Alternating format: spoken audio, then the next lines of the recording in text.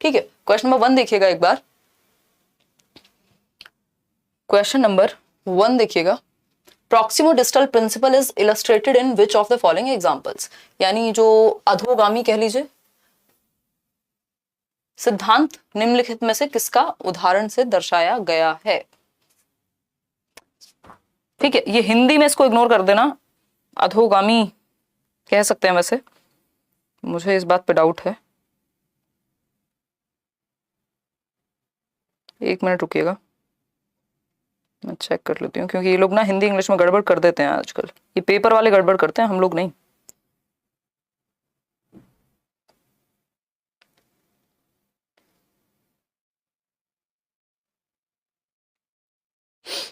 पोल में आंसर कीजिए, इतने 67% लोग कह रहे हैं C option is the right answer. चलो आएंगे उस पर भी अभी। हाँ ठीक है बात।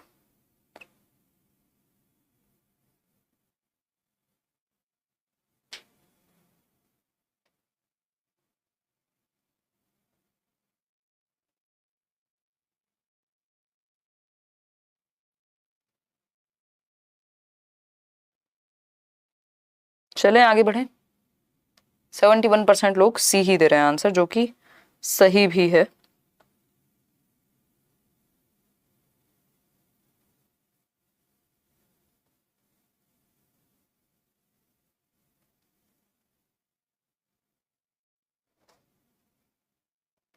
एक काम करेंगे, इस पर चर्चा करेंगे, इस पर थोड़ी बात कर लेते हैं, क्योंकि इस वर्ड अधोगामी, क्योंकि मैंने भी हिंदी में देखा ही नहीं, अधोगामी लिखा हुआ है, तो पॉसिबिलिटी है कि जो, अरे यार सारे फोन अभी आने होते हैं।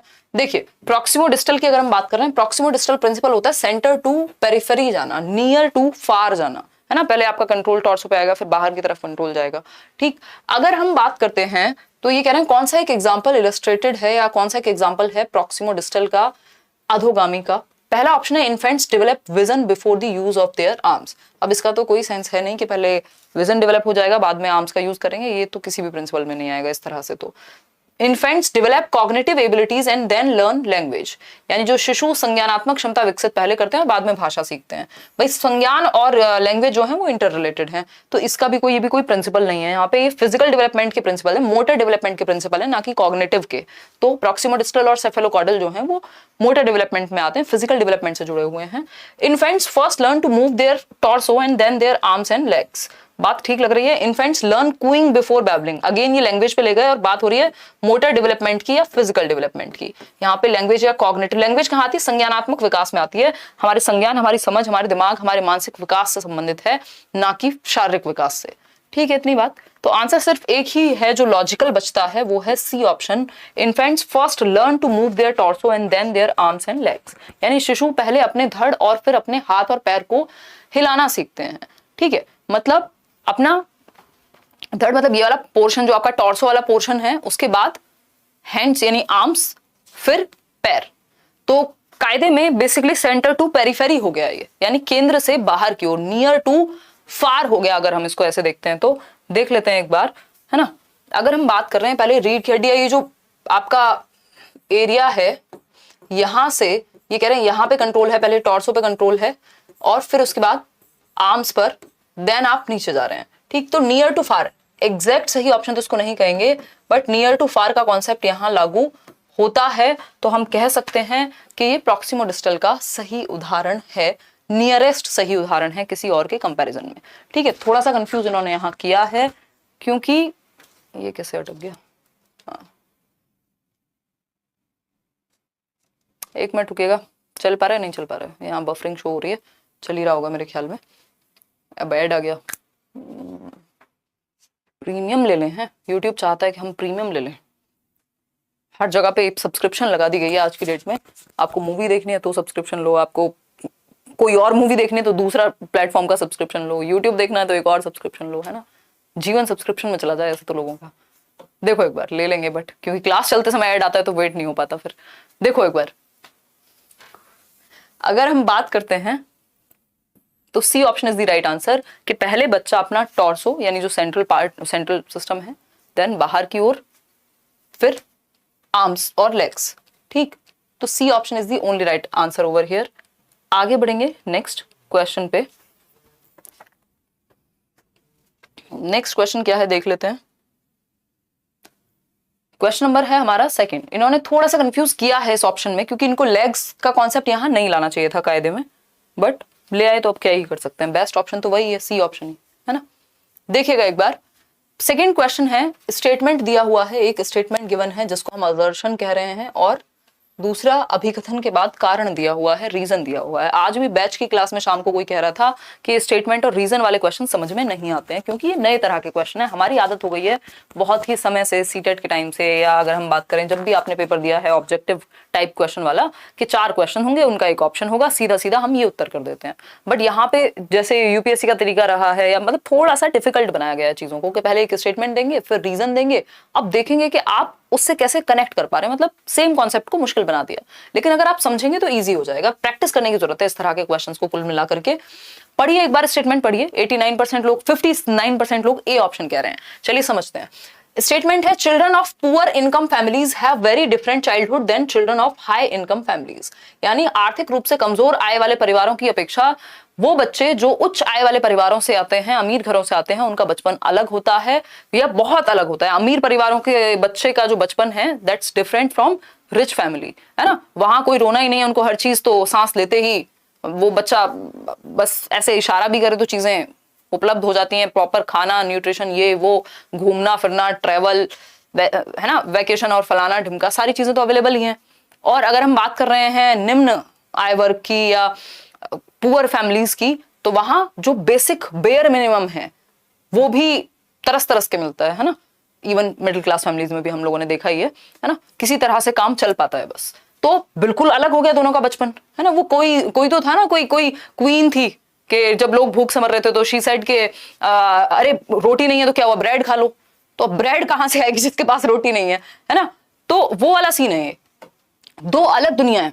एक तरह से हम ये कह सकते हैं, दोनों बच्चों का, एक अमीर परिवार वाला, एक गरीब परिवार वाला, दोनों के बचपन का जो नजरिया है या एक्सपीरियंस ऑफ चाइल्डहुड है वो बिल्कुल डिफरेंट होगा। वो दुनिया ही अलग है अगर देखा जाए तो।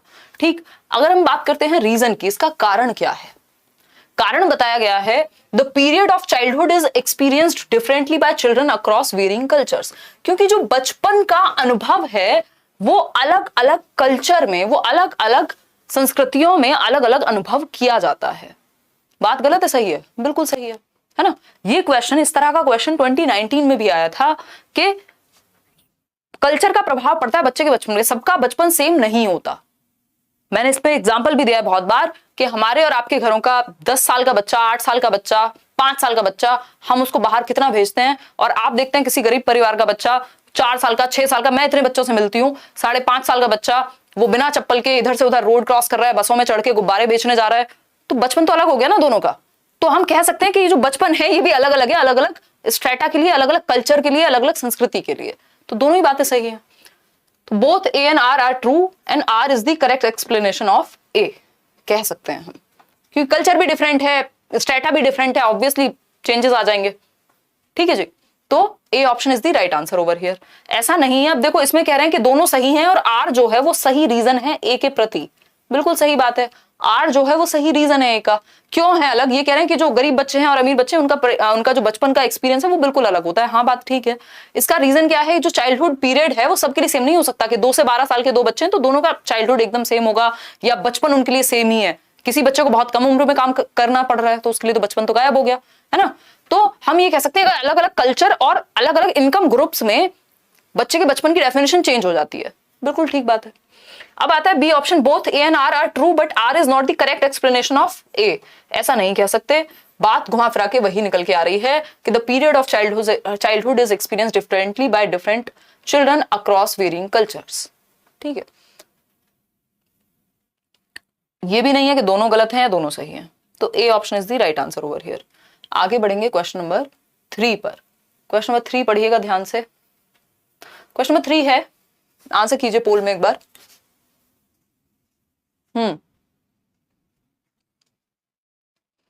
देखिए देखिए, आप इतने पतले कैसे हो? स्वीटू दहिया, पढ़ाई पे ध्यान दे लो, क्या रखा है इन बातों में है? पतली नहीं हूं मैं, हुआ करती थी, अब ऐसा आपको लगता है, मुझे नहीं लगता। देखिए एक बार, बट हाँ बहुत जल्दी कोई स्पोर्ट ज्वाइन करूंगी, क्योंकि जिम के सपने तो अभी छोड़ दिए हैं, तबीयत अच्छी नहीं है। देखो एक बार क्वेश्चन नंबर 23 देखो 28% कह रहे हैं डी ऑप्शन है सही। चलो आते हैं। इंप्रूव्ड एथलेटिक एबिलिटीज, यानी जो एथलेटिक क्षमताएं हैं, जो शारीरिक क्षमताएं हैं वो बढ़ जाती हैं, इंप्रूव हो जाती हैं। Participation in games with rules, बच्चा गेम्स में रूल्स के साथ पार्टिसिपेट करना शुरू कर देता है। लॉजिकल थॉट प्रोसेसेस, यानी तर्क का इस्तेमाल करने लगेगा, किसी चीज को समझने के लिए लॉजिक का इस्तेमाल करने लगेगा। That are centred around concrete experiences, यानी मूर्त चीजों के प्रति, मूर्त मतलब जिनको टच और फील किया जा सके।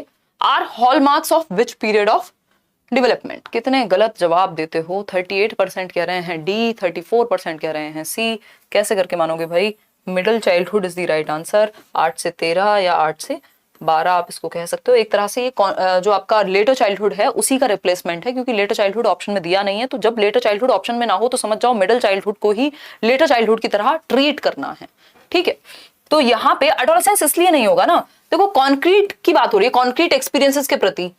लॉजिकल थॉट, एब्स्ट्रैक्ट की भी बात नहीं हो रही। गेम्स में पार्टिसिपेट करेगा। एथलेटिक एबिलिटीज मैंने आपको डेवलपमेंट के चैप्टर में भी, कल परसों भी अगर हम बात कर रहे हैं, बैचेस में भी डिस्कस कर रहे थे, ये बात मैंने बहुत बार की है। इन्फेंसी में शारीरिक विकास तेज होता है, अर्ली चाइल्डहुड में भी शारीरिक विकास यानी फिजिकल डेवलपमेंट तेजी से, उसकी हाइट वेट सब कुछ बढ़ेगा। और अगर हम बात करते हैं लेटर चाइल्डहुड की, तो फिजिकल डेवलपमेंट मतलब हो सकता है आपको बच्चे की हाइट बहुत तेजी से बढ़ती हुई ना दिख रही हो, बट उसके अंदर मोटर डेवलपमेंट, जो गतिक विकास है, जो एथलेटिक एबिलिटीज हैं, जो शारीरिक क्षमता है कि दौड़ना भागना, प्रिसीजन एक्यूरेसी, ये सब ज्यादा बेटर आ जाएगा, ठीक है। तो middle childhood is the right answer. ये 2 से 6 अर्ली चाइल्डहुड नहीं होगा, क्योंकि लॉजिक तो यहाँ आता ही नहीं है। इन्फेंसी तो जन्म से 2 है, तो यहाँ पे तो ऐसा कुछ हो ही नहीं पाएगा। मिडिल चाइल्डहुड सही उत्तर है इसका, ना कि एडोलेसेंस। अब कुछ बातें समझ लेते हैं फटाफट से। देखो एक बार, अगर हम बात कर रहे हैं किसकी, इन्फेंसी की। इन्फेंसी क्या है? ये स्टेजेस ऑफ डेवलपमेंट है।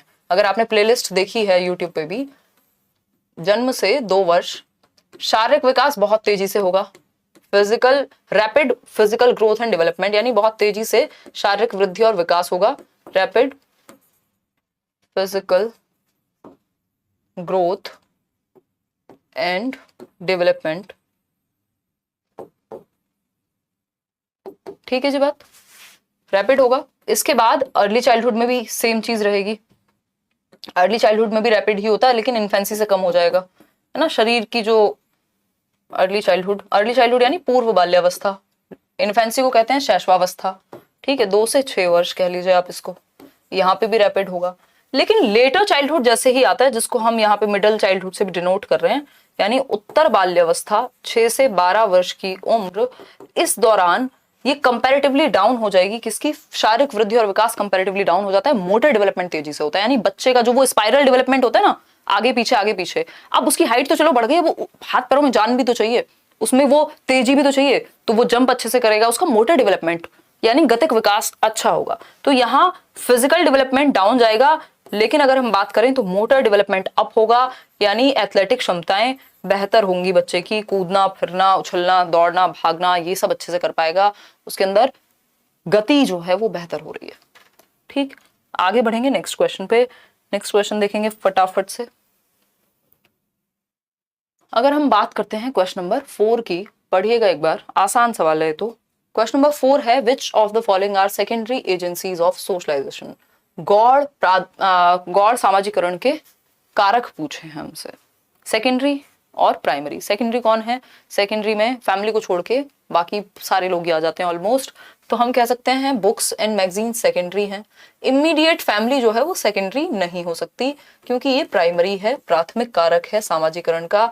जो दुनिया की समझ है, तौर तरीके हैं, नियम कायदे कानून है, सबसे पहले बच्चा परिवार में सीखता है, क्योंकि परिवार क्या है? मिनिएचर वर्जन है, छोटा रूप है समाज का, ठीक है। नमस्ते करते हैं, पानी देते हैं घर आने पे, किसी को ग्रीट करते हैं, ये सब कहाँ से सीखता है? सबसे पहले बच्चा परिवार से सीखेगा, उसके बाद दुनिया से सीखेगा, ठीक। तो ये प्राइमरी कारक है, प्राथमिक कारक है, प्राइमरी एजेंट ऑफ सोशलाइजेशन है कौन? फैमिली। मीडिया की अगर हम बात करें, बुक्स एंड मैगजीन्स, मीडिया भी सेकेंडरी है, स्कूल भी सेकेंडरी है। तो हम कह सकते हैं फर्स्ट थर्ड और फोर्थ, ये है आपका सही उत्तर, ठीक है। क्यों? क्योंकि सेकंड फैमिली नहीं इंक्लूड होगा किसमें, जो कि 76% लोग सही उत्तर दे भी रहे हैं। तो इजी सा क्वेश्चन है ये। तो आगे बढ़ जाते हैं क्वेश्चन नंबर 5 देखिए, अकॉर्डिंग टू, पढ़िएगा एक बार, अकॉर्डिंग टू पियाजे यानी पियाजे के अनुसार the unfolding of biological changes that are genetically programmed is called, यानी कि पियाजे के अनुसार आनुवांशिक रूप से क्रमादेशित जैविक परिवर्तन, यानी जो आपकी बायोलॉजिकली जेनेटिकली प्रोग्राम्ड हैं, जैसे कंप्यूटर में प्रोग्रामिंग होती है ना, कोडिंग करते हैं लोग, उस तरह से आपकी बायोलॉजी में, आपके जेनेटिक्स में, आपका जो डीएनए है, जीन्स हैं, चीजें कोडेड हैं जो टाइम के साथ अनफोल्ड होती हैं, है ना। टाइम के साथ आप बोलने लगते हैं, एज के साथ जैसे ही आप बड़े होते हैं, आप में क्षमता आने लगती है, आपके शरीर में जान आने लगती है, जबकि हाथ पैर तो पहले से भी थे, है ना। ठीक, प्यूबर्टी आती है तो और कुछ नई क्षमताएं आती हैं, ऐसा तो नहीं है कि वो ट्रेनिंग देके पहले आ जाएंगी, टाइम के साथ अनफोल्ड होंगी, आपके कोडेड हैं आपकी बायोलॉजी में, लेकिन टाइम के साथ अनफोल्ड होंगी। जब समय आएगा, जब मैच्योरिटी आएगी, तब हम कहेंगे कि डिकोड हो गई। तो maturation is the right word. ये हेरिडेटरी होती है, जेनेटिक होती है, हाईली हेरिडेटरी, कि समय के साथ होने वाली जो अनफोल्डिंग है कैरेक्टरिस्टिक्स की, जो क्षमताएं आप में समय के साथ आती हैं, उनको मैच्योरेशन कह रहे हैं हम यहाँ पे। क्लियर है बात? कोई दिक्कत परेशानी, दर्द, समस्या इस बात को समझने में नहीं होनी चाहिए। सोशल ट्रांसमिशन जो है वो बायोलॉजिकल चेंजेस से नहीं है संबंधित, ये दोनों भी नहीं है। तो C option is the right answer. पियाजे ने 4 फैक्टर्स बताए भी हैं, उन्हीं में से एक फैक्टर है मैच्योरिटी। याद आ रहा होगा MESE, बताएगा कोई फटाफट से MESE क्या है? MESE, ये 4 फैक्टर्स हैं पियाजे के, ये स्टेजेस नहीं है, स्टेजेस से पहले फैक्टर्स आते हैं एक तरह से, अगर हम समझने की कोशिश करेंगे तो मैच्योरेशन हम कह सकते हैं, जिसको जेनेटिक्स से या हेरिडिटी से जोड़ सकते हैं हम यहाँ पे, हेरिडिटी के उन्होंने जीन्स को महत्व दिया है, जीन पियाजे ने। फिर आता है इक्विलिब्रेशन,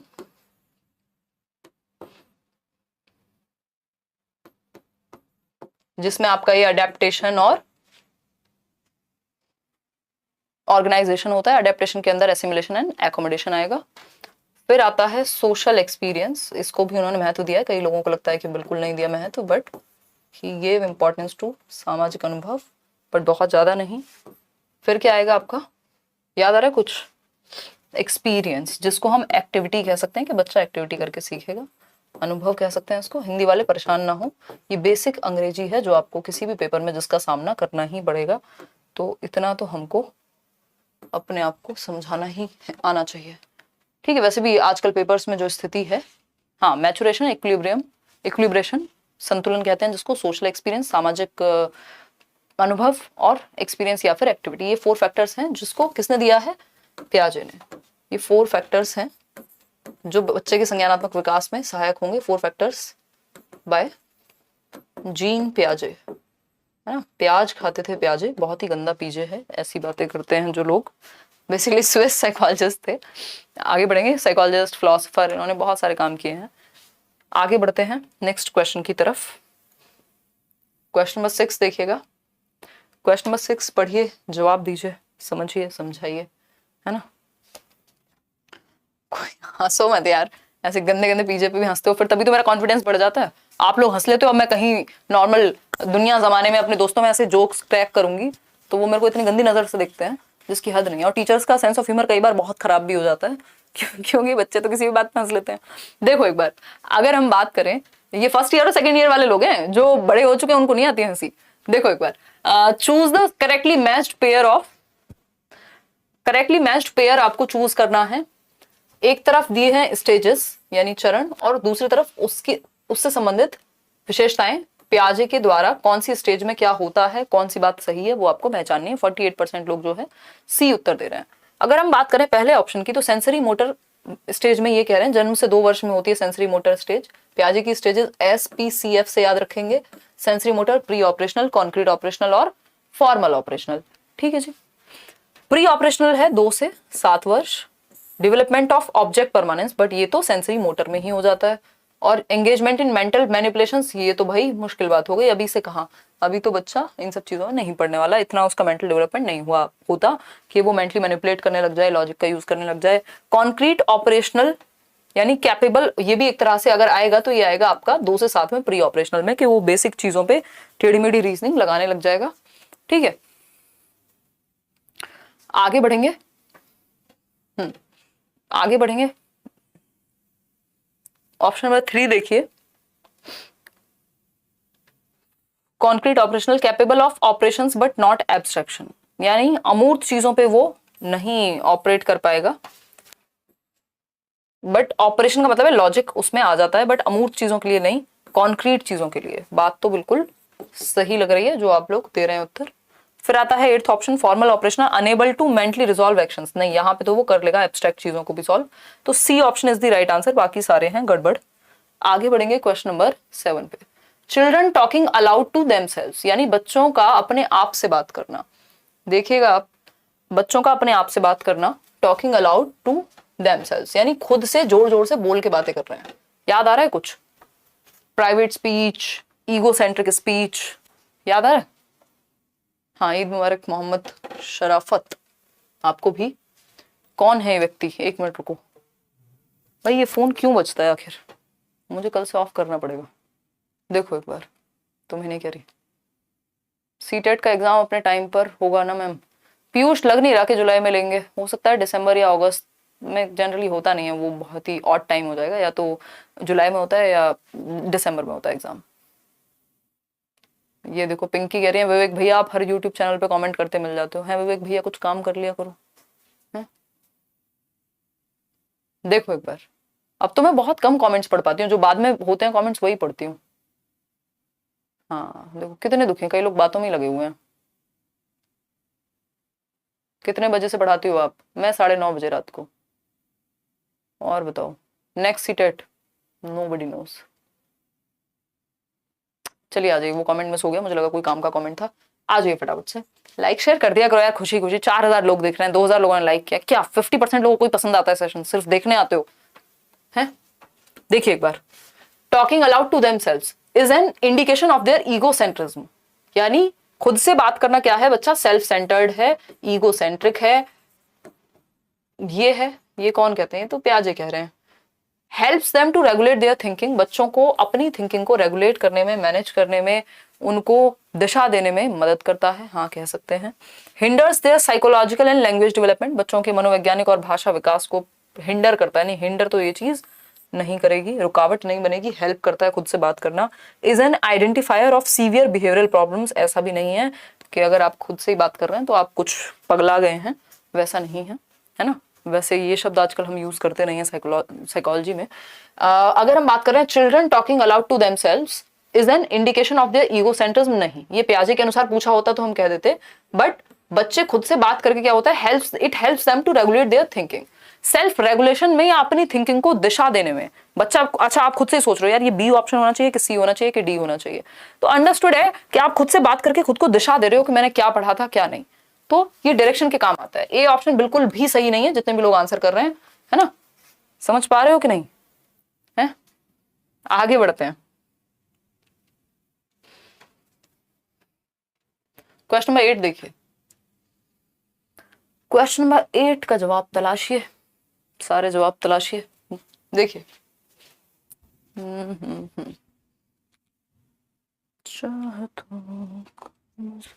एक मिनट रुको यार, मेरी दीदी आई है, इतने आंसर दो।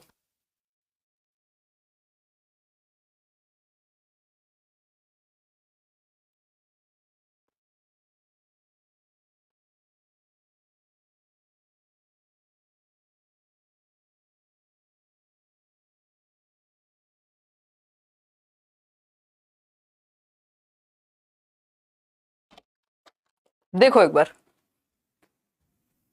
कुछ सुना तो नहीं ना? हाँ बस सुनना मत।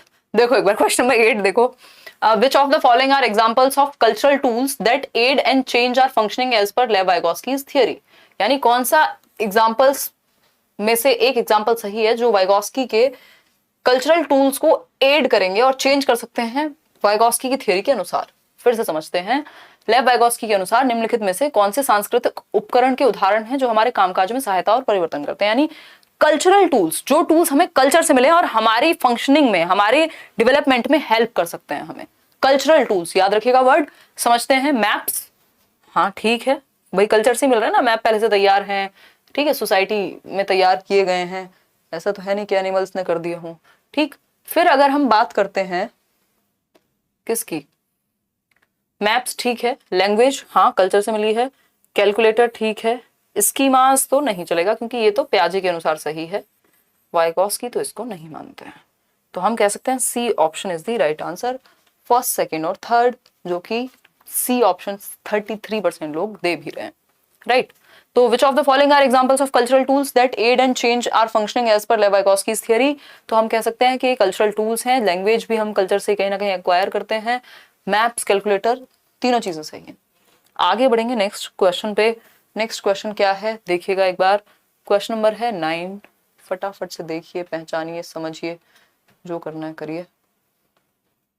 देखिए एक बार क्वेश्चन नंबर 9 देखिए, which of the following pedagogical principle would not be advocated by Lev Vygotsky. Vygotsky के द्वारा कौन से प्रिंसिपल को एडवोकेट नहीं किया जाएगा, नॉट लिखा हुआ है, कान खड़े कर लो एकदम 3 इडियट वाले, ध्यान से आंसर करना है।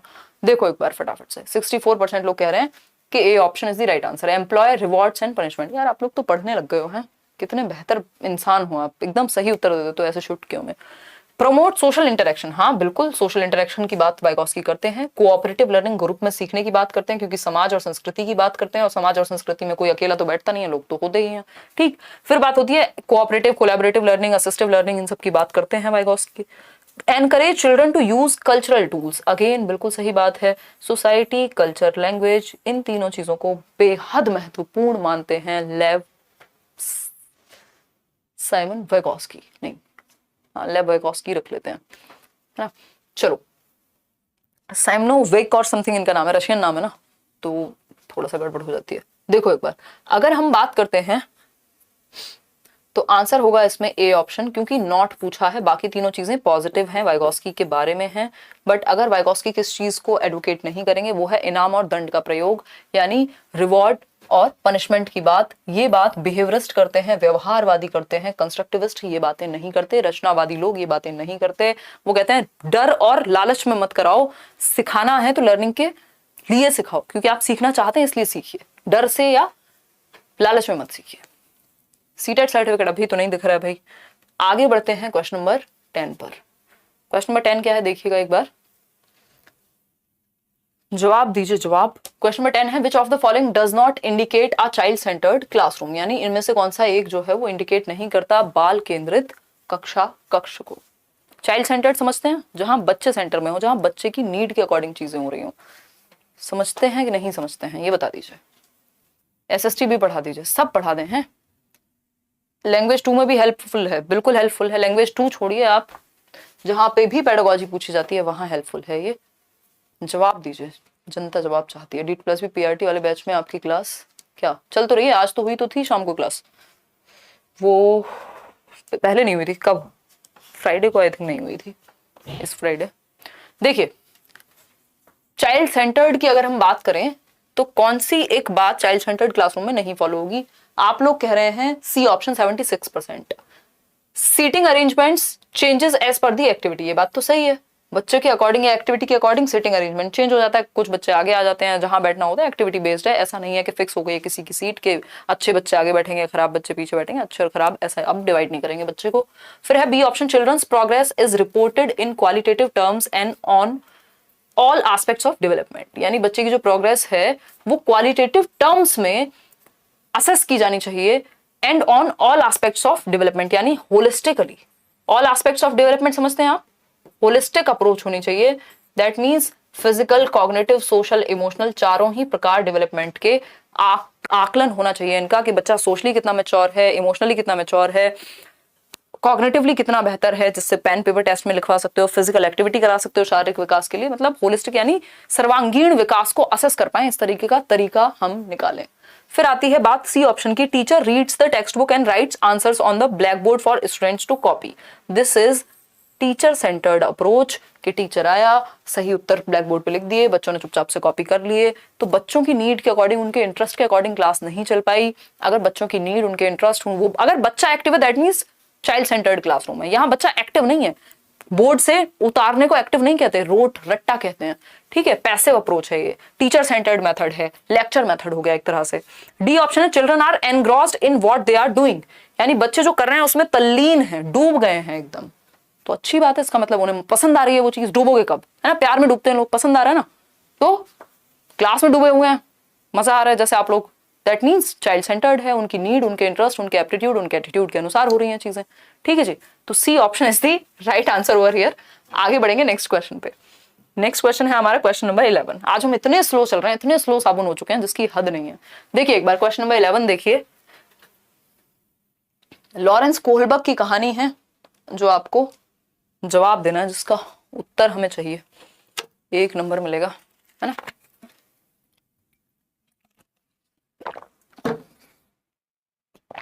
कुछ लोगों को तुरंत समझ में आ जाता है। एग्जाम्पल जैसे ही प्यार की, ब्रेकअप की, दिल टूटने की, जुड़ने की बातें कर दो, हमारे टीम मेंबर्स को भी। देखो एक बार 43% लोग कह रहे हैं कि आंसर जो है आपका डी है, लॉरेंस कोहलबर्ग के केस में। चलिए समझने का प्रयास करेंगे, प्रयास कि आप सही कह रहे हैं, गलत कह रहे हैं, गलत कह रहे हैं तो क्यों कह रहे हैं, सही कह रहे हैं तो क्यों कह रहे हैं। पहला ऑप्शन है अंडरस्टैंडिंग ऑफ रेसिप्रोसिटी, यानी कि गिव एंड टेक की, समझ होना, गिव एंड टेक की समझ होना सोशल ऑर्डर मेंटेनिंग में आएगा। लॉ एंड ऑर्डर जिसको 4th स्टेज कहते हैं, नहीं ये तो 2nd स्टेज में आ जाएगा, म्यूचुअल एक्सचेंज वाली स्टेज में, तो ये तो 4th के हिसाब से सही नहीं है। फिर आता है fear of authority and avoidance of punishment, ये तो 1st स्टेज में आ जाएगा, पनिशमेंट एंड अवॉइडेंस, जो लॉरेंस कोहलबर्ग की थियरी है मॉरल डेवलपमेंट की। फिर आता है seeking affection and approval of others, good boy nice girl orientation, ये कौन सी स्टेज है आपकी, 3rd स्टेज है। ठीक, बात किसकी हो रही है, 4th स्टेज की हो रही है। अंडरस्टूड है, एक ही ऑप्शन सही होगा, जो कि आप लोग सही कह भी रहे हैं, बहुत बढ़िया, ताली बजा दीजिए अपने लिए। T option is the right answer. Each member of society having a personal duty to uphold laws, यानी हर एक मेंबर की, हर एक सदस्य की समाज के ये व्यक्तिगत कर्तव्य है कि वो जो समाज में नियम कायदे कानून है उनको बना करके रखे। ठीक है जी, तो यही है सोशल लॉ ऑर्डर मेंटेनिंग, कि लॉ एंड ऑर्डर बना रहना चाहिए क्योंकि समाज का ही भला है उसमें। आगे बढ़ेंगे, क्वेश्चन नंबर 12 देखेंगे। अगर हम बात करते हैं क्वेश्चन नंबर 12 की, तो हार्वर्ड गार्डनर के अनुसार intelligence is a single entity. Harvard gardener जो कि जिनकी थियोरी का नाम मल्टीपल इंटेलिजेंस है, और वो सिंगल कह देंगे इंटेलिजेंस को, क्या मजाक है? छोटे बच्चे हो क्या है? चलो एक बार आगे बढ़ते हैं।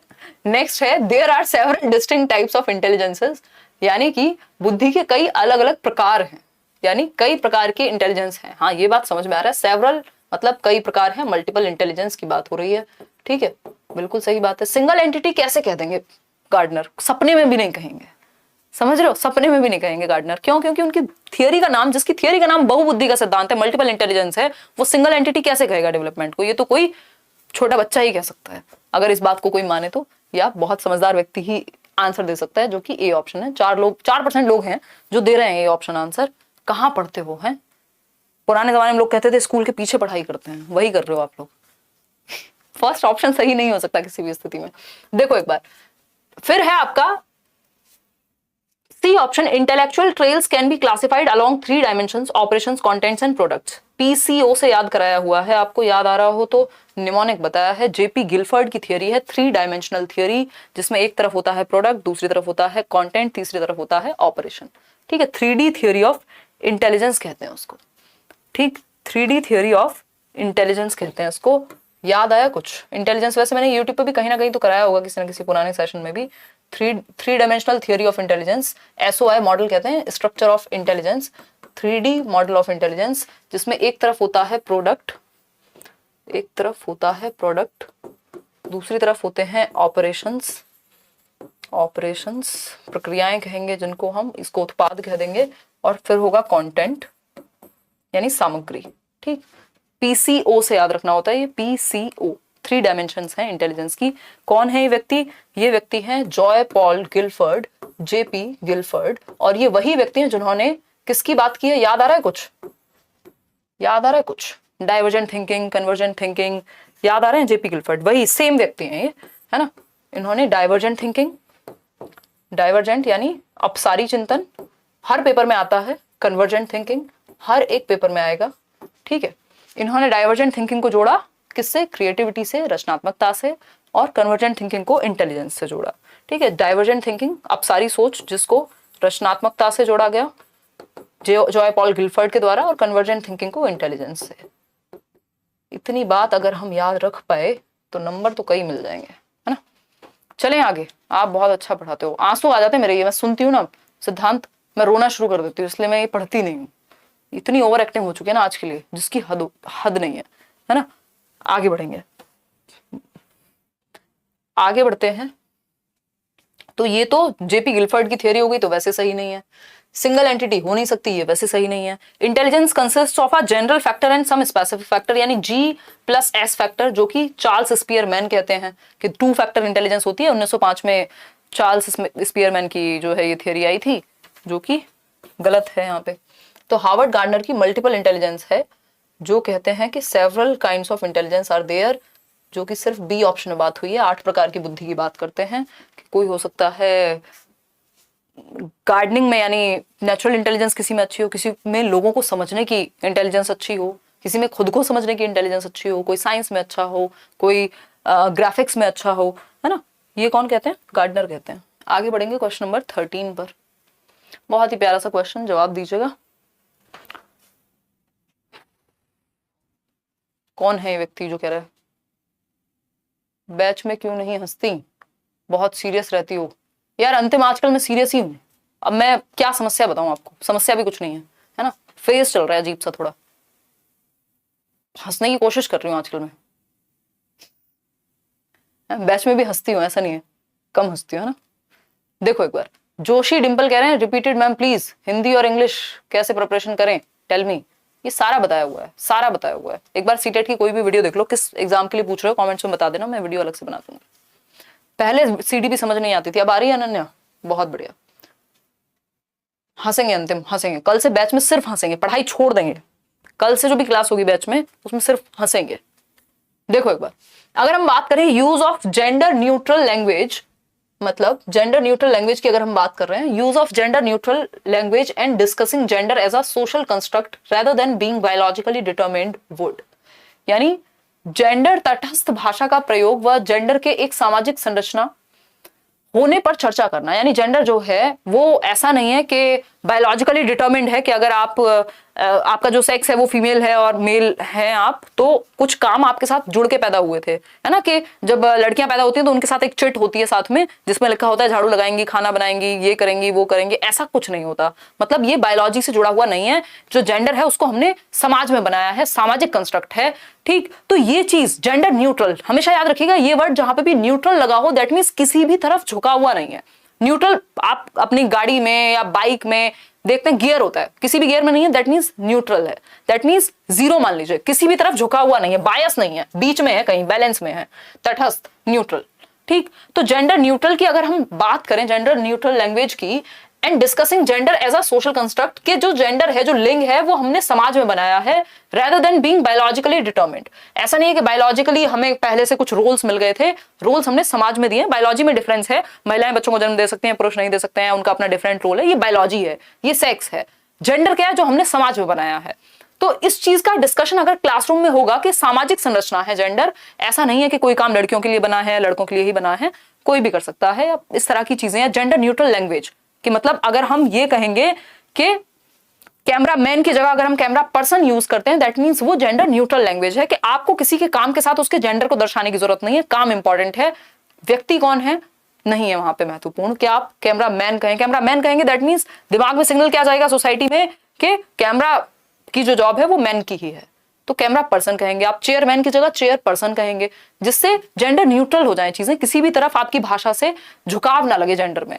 तो अगर हम बात करें, आप लोग कह रहे हैं D option 50% answers, promote gender discrimination. इससे जेंडर डिस्क्रिमिनेशन कहां प्रमोट हो रहा है? यहां तो आपने हटा ही दिया, जेंडर न्यूट्रल लैंग्वेज से जेंडर डिस्क्रिमिनेशन कैसे होगा, ठीक है। फिर आती है बात रीइंफोर्स जेंडर बायस, यानी जेंडर बायस को बढ़ावा मिलेगा, पक्षपात को नहीं। ऐसी तो बात नहीं हो रही कि लड़कों को दबाना है या लड़कियों को दबाना है, न्यूट्रल रहना है। फिर आती है बात एनकरेज जेंडर कंफॉर्मिटी। कंफॉर्मिटी होता है अनुपालन करना, कि अच्छा समाज में ऐसा है तो ऐसा ही करेंगे, है ना, ठीक। आगे बढ़ते हैं, challenge gender stereotyping. Challenge gender stereotyping यानी लिंग रूढ़िबद्धता को चुनौती मिलेगी, कि जो मान लिया गया है कि ऐसा ही होगा, वो उस चीज को चुनौती मिलेगी, है ना। जेंडर कंफॉर्मिटी क्या है? कि अगर मान लीजिए एक धारणा है कि भाई लड़की की शादी होगी तो नाम तो चेंज करना ही है, हस्बैंड का नाम लगाएगा ही लगाना ही लगाना है, ये हुई कंफॉर्मिटी कि हाँ बिल्कुल लगाना है, लगाऊंगी ही मैं, तो ये तो ड्यूटी है, चाहे इच्छा हो कि नहीं हो, है ना, चॉइस नहीं बची। तो कंफर्मिटी इज कि आपने पालन कर लिया, हाँ ठीक है ना। तो ये हुई कंफर्मिटी। कंफर्मिटी अच्छी चीज नहीं है, अगेन आपने लॉजिक खो दिया, है ना। तो D option is the right answer. Challenge gender stereotyping, इससे क्या होगा, जेंडर स्टीरियोटाइपिंग को चुनौती मिलेगी और बच्चों के दिमाग में, नई जनरेशन के दिमाग में बैलेंस क्रिएट होगा, है ना। ऐसी ऐसी स्थिति है, कभी जेंडर पढ़ेंगे किसी और क्लास में तो मैं बताऊंगी। मतलब एजुकेशन के नाम पे हमने लिटरेसी फैलाई हुई है सिर्फ। दुख होता है कई बार, ऐसे ऐसे लोगों से बात होती है जो ब्रिलियंट हैं, अगर हम आईक्यू के लेवल पे बात करें, बहुत अच्छा कर रहे हैं जीवन में, है ना, और उनकी जो जेंडर को लेके समझ है या अलग अलग जेंडर को लेके समझ है बहुत भयंकर खराब है। तो बेसिकली ये डिस्कशन से जाएगा। जो स्टीरियोटाइपिंग को चैलेंज कर पाएंगे हम, वो क्लासरूम में डिस्कशन या घर में डिस्कशन जब तक नहीं होंगे तब तक ठीक नहीं होंगी चीजें। आगे बढ़ेंगे, 13th का D option is the right answer. Question number 14 देखिए, dash should be followed by the teacher to facilitate learning of children from diverse backgrounds, यानी विविध पृष्ठभूमि के बच्चों को सीखने की सुविधा के लिए शिक्षक द्वारा किस तरह से लर्निंग को या अधिगम को फैसिलिटेट किया जाना चाहिए। अलग अलग तरह के बच्चे क्लासरूम में हैं, कोई किसी धर्म से आता है, कोई किसी जाति से आता है, कोई किसी आर्थिक वर्ग से आता है, कोई वंचित वर्ग से है, कोई बहुत ही अच्छे परिवार से है, मतलब हर तरह के बच्चे हैं। कोई भाषा कुछ बोलता है, कोई दिखता कैसा है, कोई रहता कैसे है, तो अलग अलग डिफरेंट बैकग्राउंड के बच्चे हैं। तो टीचर को कैसे लर्निंग को बेहतर बनाना चाहिए जब डिफरेंट डिफरेंट बच्चे हों। सिंपल बात है, जब डिफरेंट डिफरेंट बच्चे तो डिफरेंशिएटेड इंस्ट्रक्शन, ठीक। डाइवर्स या डिफरेंट डिफरेंट बच्चों के लिए डिफरेंशिएटेड इंस्ट्रक्शन का इस्तेमाल किया जाता है, विभेदित अनुदेशन कहते हैं इसको। डिफरेंशिएटेड इंस्ट्रक्शन क्या है, बच्चे की डिफरेंट डिफरेंट बच्चों की नीड, उनकी एबिलिटी, उनके एटीट्यूड, उनके एप्टीट्यूड के अनुसार आप अपना टीचिंग या लेसन प्लान बनाते हैं, ठीक है। स्टैंडर्डाइज्ड हो गया, सबके लिए सेम। भाई जब बच्चे अलग अलग हैं तो सबको सबके लिए सेम कैसे हो सकता है। Don't beat everyone with the same mistake, सबको एक डंडे से नहीं हाकेंगे, क्योंकि बच्चे अलग अलग हैं तो मेथड में भी फ्लेक्सिबिलिटी होनी चाहिए। स्टैंडर्डाइज का मतलब होता है यूनिफॉर्म, यानी सबके लिए एक जैसा, उससे काम नहीं चलेगा क्योंकि बच्चे अलग अलग हैं, ठीक। Text book centric, again child centred होना चाहिए। टेक्स्ट बुक सेंट्रिक क्यों होगा text book centric? Summative assessment, यानी योगात्मक आकलन जहां पे सिर्फ नंबर मैटर करते हैं या आपको क्वांटिटेटिवली जज किया जाएगा। तो सी ऑप्शन एकमात्र सही उत्तर है। चाइल्ड सेंटर्ड और इंडिविजुअल डिफरेंसेस में मैं ये डिस्कस करती भी हूँ, डिफरेंशिएटेड इंस्ट्रक्शन का पालन किया जाना चाहिए। क्वेश्चन नंबर 15 देखिएगा एक बार। क्वेश्चन नंबर 15 क्या कहता है, पढ़िए एक बार। Which of the following statements about assessment of children is not correct? यानी कौन सी एक बात बच्चों के आकलन के विषय में सही नहीं है, नॉट करेक्ट लिखा है, बताइएगा, फटाफट से बताइए, आंसर कीजिए, जवाब दीजिए। जवाब सीटेट का फॉर्म जब आएगा बता देंगे, अभी तो पढ़ाई कीजिए।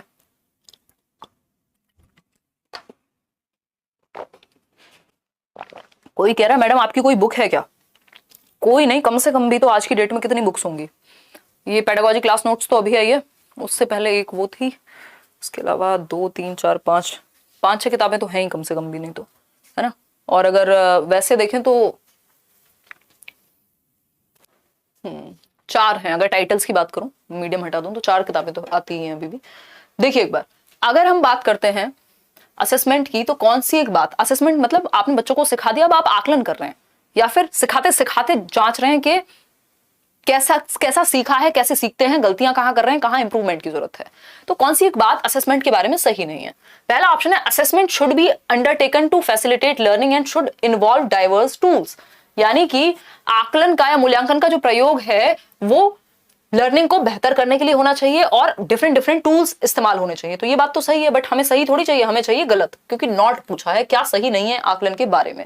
फिर आता है B option, assessment should always be conducted as an activity separate from teaching learning process. बस यही गड़बड़ हो गई, जैसी सेपरेशन की बात आती है, जैसी सेग्रीगेशन की बात होती है, अलगाव की बात होती है, तो मामला गड़बड़ हो जाएगा, क्योंकि टीचिंग लर्निंग से अलग चीज है असेसमेंट। ये पुराना थॉट है, ये टीचर सेंटर्ड थॉट है। जो हम सीसी की बात करते हैं, जो हम कॉन्टिन्यूअस एंड कॉम्प्रिहेंसिव यानी सतत एवं व्यापक मूल्यांकन की बात करते हैं, या जो एनईपी न्यू एजुकेशन पॉलिसी भी कह रही है कि 360 डिग्री असेसमेंट कीजिए, यानी 360 डिग्री होलिस्टिक असेसमेंट होना चाहिए, बच्चे के हर एक पहलू को जांचना, और सीखते सीखते ही जांच लो ना, जरूरी थोड़ी अलग से एग्जाम लेके डराना ही है आपको। तो टीचिंग लर्निंग प्रोसेस का ही हिस्सा है असेसमेंट, ताकि आप टीचिंग लर्निंग को और बेहतर कर सकें, इसलिए फीडबैक के लिए आप असेसमेंट करते हैं। तो ये बात गलत है कि सेपरेट एक्टिविटी है, टीचिंग लर्निंग से अलग है। सी ऑप्शन है, assessment should give the teacher an opportunity to reflect upon her pedagogical strategies. ये बात सही है कि टीचर को अपॉर्चुनिटी मिलती है कि उसने पढ़ाया कैसे और मेथड में परिवर्तन की क्या जरूरत है। फिर आता है D option, assessment should focus upon cognitive, physical as well as psychological domains, यानी मूल्यांकन को संज्ञानात्मक, शारीरिक व मनोवैज्ञानिक क्षेत्रों पर ध्यान केंद्रित करता है। बिल्कुल सही बात है, सभी पहलुओं में आकलन होना चाहिए। जितनी भी बातें सही हैं वो सब गलत हैं, क्योंकि पूछा ही गलत है, तो जो गलत है, जो कि बी ऑप्शन है, वही सही है। ठीक है जी, आगे बढ़ेंगे, 4 क्वेश्चन और करेंगे, अभी हम 5 क्वेश्चन करेंगे, 15 हो गए हैं। क्वेश्चन नंबर 16 देखिएगा, आसान क्वेश्चन है। Inclusion in education implies that, यानी शिक्षा में समावेशन का तात्पर्य है, बताइएगा एक बार। पहला ऑप्शन है स्टूडेंट्स आर गिवन, आप पहले पोल में जवाब दे दीजिए, फिर ही हम बढ़ेंगे आगे। ऐप पे लेती हूँ यार क्लास, पुरुषोत्तम जी, करियरविल पे लेती हूँ सिर्फ और सिर्फ, और कहीं नहीं, या तो लेट्स लर्न या करियरविल, 2 ही जगह क्लासेस होती हैं। सीटेट वाले बैच में थर्सडे फ्राइडे होती है क्लास, अगर सीटेट बैच में हैं आप तो कल और परसों होगी, क्योंकि सीटेट का सिलेबस कंपैरेटिवली कम होता है बाकियों से, बाकी बैचेस से, और अभी एग्जाम है भी नहीं, तो कल मिलेंगे सीटेट के बैच में 7:30। D2+ के लिए तो आज हुई थी क्लास 6 बजे। देखो एक बार, inclusion in education implies that, यानी समावेशन जो है शिक्षा में, वो क्या इंप्लाई करता है, या समावेशन से तात्पर्य क्या है। समावेशन का सिंपल मतलब है सबको इंक्लूड कर लो, इंक्लूजन वर्ड से मतलब है इंक्लूड करना सबको, सभी को, एजुकेशन, हर प्रकार के बच्चे को।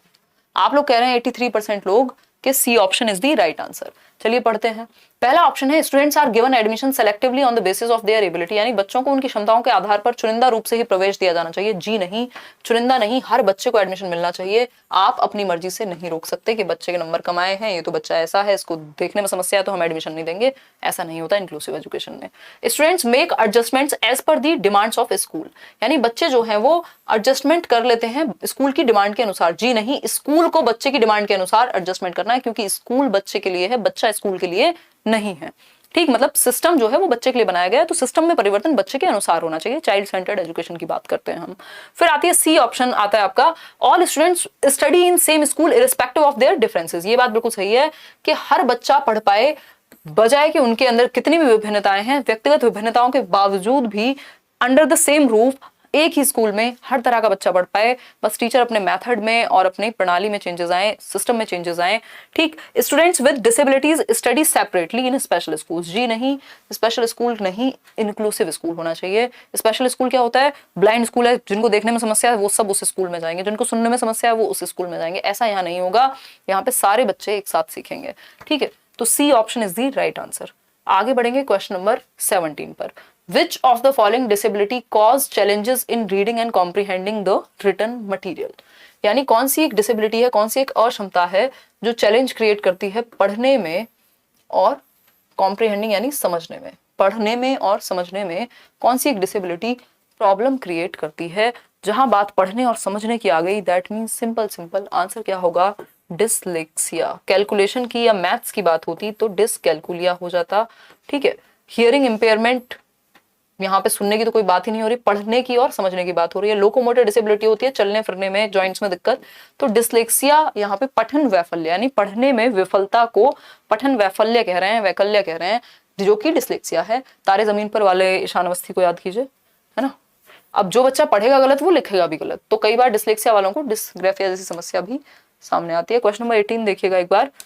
Which of the following will hinder inclusion of learners from disadvantaged and deprived groups? यानी कौन सा एक ऑप्शन है जो हिंडर करेगा यानी रुकावट बनेगा ऐसे बच्चों को इंक्लूड करने में, उनके समावेशन में जो वंचित समूह वर्ग से हैं या फिर जिनको प्रॉपर एडवांटेज नहीं मिला, जो किसी भी वजह से हाशिए पर हैं यानी वंचित समूह वर्ग से हैं, या तो उनको सोशली अलग थलग रखा गया है या फिर एक जगह से दूसरी जगह मूव करते रहते हैं, उतनी अपॉर्चुनिटीज नहीं मिली है, रोजगार के अवसर नहीं मिले हैं, कई लोग उनको मतलब समाज या आर्थिक रूप से, सामाजिक और आर्थिक रूप से किसी भी तरह से वंचित हैं।